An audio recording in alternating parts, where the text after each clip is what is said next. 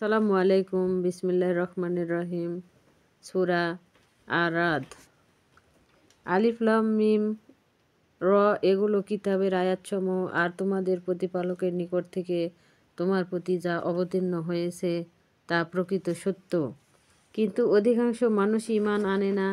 আল্লাহই ছাড়া আকাশমণ্ডলীকে ঊর্ধ্বে তুলে রেখেছেন যা তোমরা দেখছো, অতঃপর তিনি আরশে সমুন্নত হয়েছেন। তিনি সূর্য চন্দ্রকে নিয়মের বন্ধনে বশীভূত রেখেছেন, প্রত্যেকের নির্দিষ্ট সময়ের জন্য গতিশীল আছে। যাবতীয় বিষয় তিনি নিয়ন্ত্রণ করেন। তিনি নির্দেশসমূহ বিপদভাবে বর্ণনা করেন যাতে তোমরা তোমাদের প্রতিপালকের সঙ্গে সাক্ষাতের ব্যাপারে দৃঢ় বিশ্বাসী হতে পারো। তিনি জমিনকে বিছিয়ে দিয়েছেন আর তাতে পর্বত ও নদীনালা স্থাপিত করেছেন, আর তাতে সকল প্রকারের ফল জোড়ায় জোড়ায় সৃষ্টি করেছেন। তিনি দিবসের উপর রাতের আবরণ টেনে দেন চিন্তাশীল সম্প্রদায়ের জন্য। এতে অবশ্যই নির্দেশনাবলী রয়েছে। জমিনে আছে বিভিন্ন ভূখণ্ড যা পরস্পর সংলগ্ন আছে আঙ্গুরের বাগান, শস্য ক্ষেত, খেজুর গাছ একই মূল হতে উদ্গত, আর এটি একই মূল থেকে উদ্গত নয়, যদিও একই পানিতে সিক্ত। খাওয়ার সাথে এদের কতকের উপর শ্রেষ্ঠত্ব দিয়েছি। জ্ঞানী সম্প্রদায়ের জন্য এতে অবশ্যই নির্দেশনাবলী রয়েছে। তুমি যদি বিস্ময় বোধ করো, তবে বিস্ময়কর হলো তাদের কথা, আমরা যখন মাটিতে পরিণত হব তখন কি আমাদেরকে নতুনভাবে আবার সৃষ্টি করা হবে? তারা হলো সেই লোক যারা তাদের প্রতিপালকের অস্বীকার করে।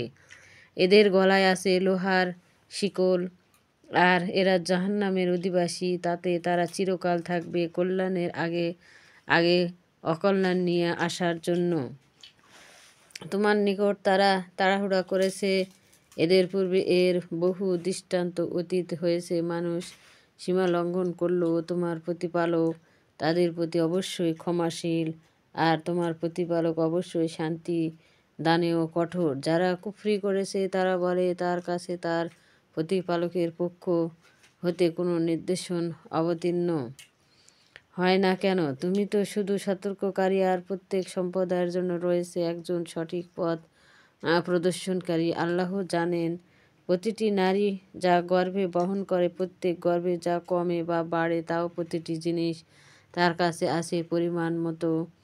গোপন ও প্রকাশ্য সম্পর্কে তিনি জ্ঞাত, তিনি মহান সর্বোচ্চ। তোমাদের কেউ কথা গোপন করে বা প্রকাশ করে, কেউ রাতে লুকিয়ে থাকে বা দিনে প্রকাশ্য চলাফেরা করে, সবাই তার কাছে সমান। মানুষের সামনে ও পিছনে পাহারাদার নিযুক্ত আছে যারা আল্লাহর হুকুম মোতাবেক তাকে রক্ষণাবেক্ষণ করে। আল্লাহ কোনো সম্প্রদায়ের অবস্থা পরিবর্তন করেন না যতক্ষণ না তারা নিজেরাই তাদের অবস্থা পরিবর্তন করে। আল্লাহ কোনো সম্প্রদায়ের অকল্যাণ করতে চাইলে তা রোধ করার কেউ নেই, আর তিনি ছাড়া তাদের কোনো অভিভাবক নেই। তিনি তোমাদেরকে দেখান বিদ্যুৎ ভীতিকর ও আশা সংস্করক।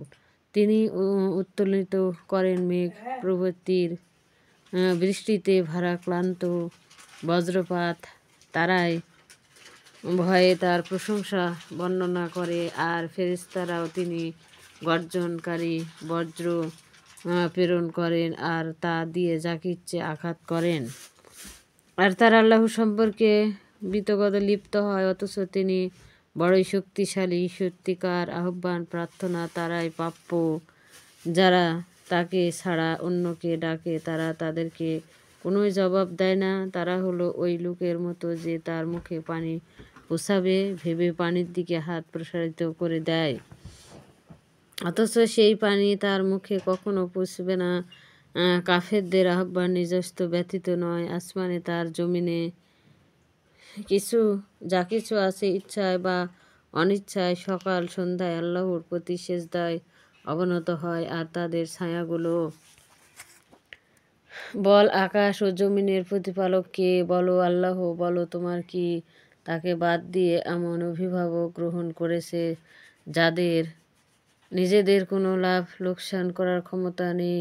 বলো, অন্ধ ও চক্ষুমান কি সমান, কিংবা অন্ধকার আর আলো কি সমান, কিংবা তারা কি আল্লাহর অংশীদার বানিয়েছে তাদেরকে, যারা তার সৃষ্টির মতো সৃষ্টি করেছে, যে কারণে সৃষ্টি তাদের কাছে আছে সমান মনে হয়েছে। বলো, আল্লাহ সব কিছুর সৃষ্টিকর্তা, তিনি এক মহা প্রত্যাপনশালী।